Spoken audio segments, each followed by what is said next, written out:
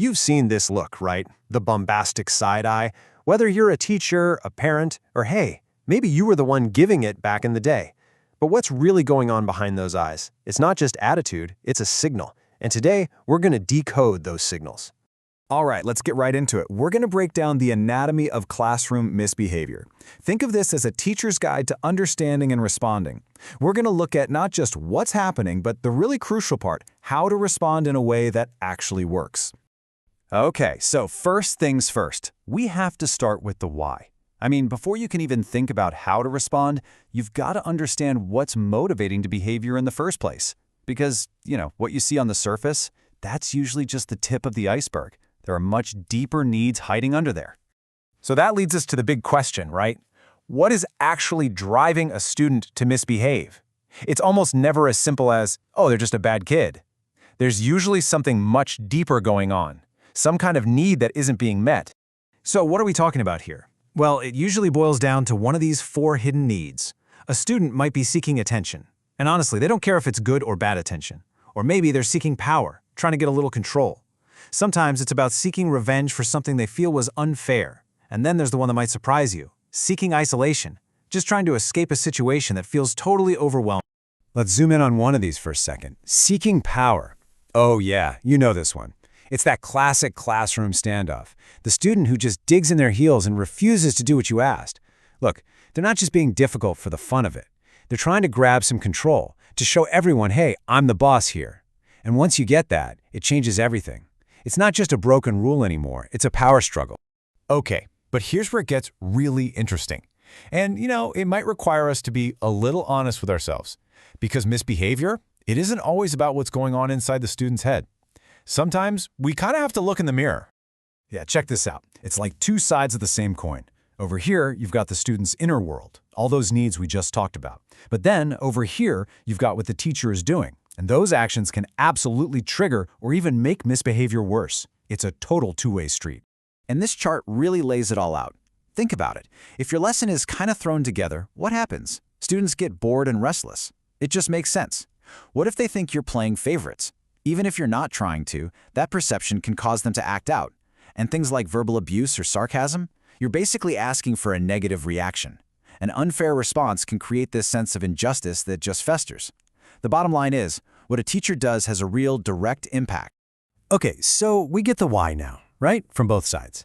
The big question is, what do we do about it? Well, it's time to open up the educator's toolkit. We're going to look at a few strategies, from the super subtle to the much more direct.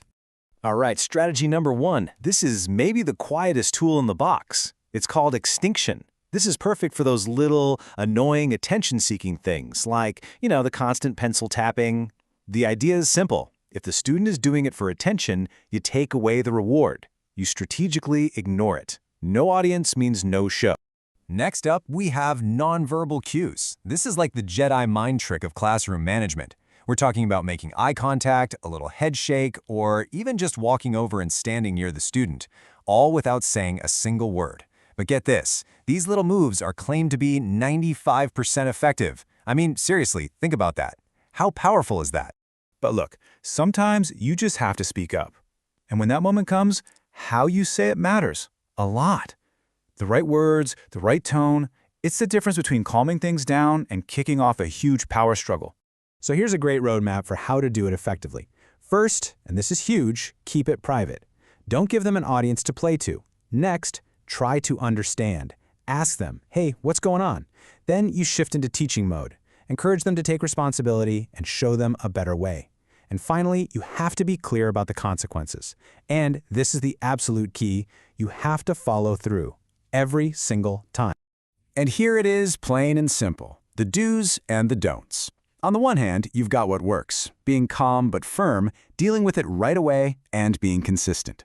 On the other hand, you've got what doesn't work, criticism, shouting, sarcasm, all that stuff just throws gasoline on the fire. Sure, it might feel good for a second, but it does so much damage in the long run. But, all these strategies, even the really good ones, they're not the whole story. If your only goal is to just stop the bad behavior, you're kind of missing the point. The real goal, the ultimate goal, is something way deeper. It's about reflection.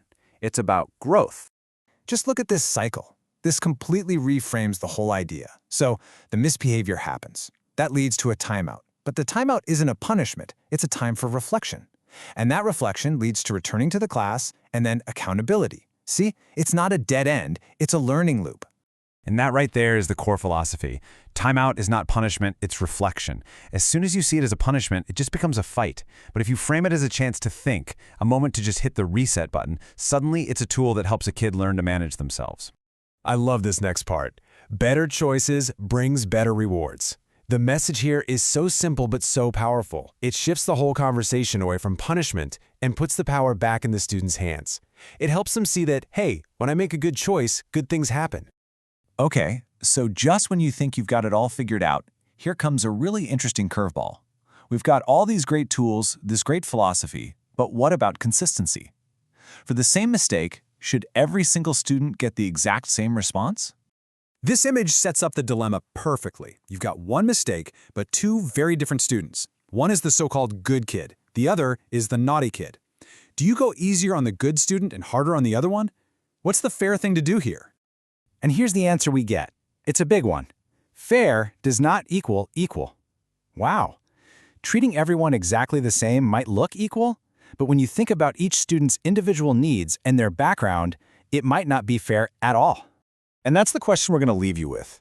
If being fair isn't about treating everyone the same, but about giving each kid what they need to do well, how do you make that call? Where do you draw the line between a thoughtful individual response and just playing favorites?